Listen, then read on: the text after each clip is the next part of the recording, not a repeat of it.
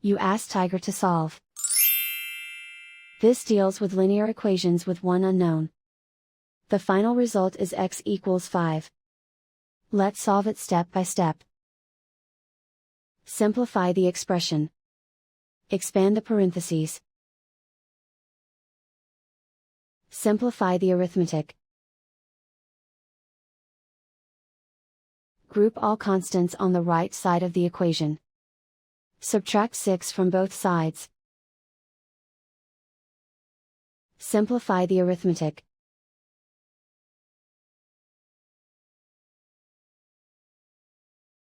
Isolate the x. Divide both sides by 2. Simplify the fraction. Find the greatest common factor of the numerator and denominator.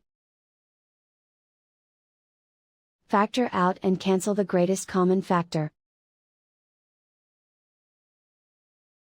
And so the final result is x equals 5.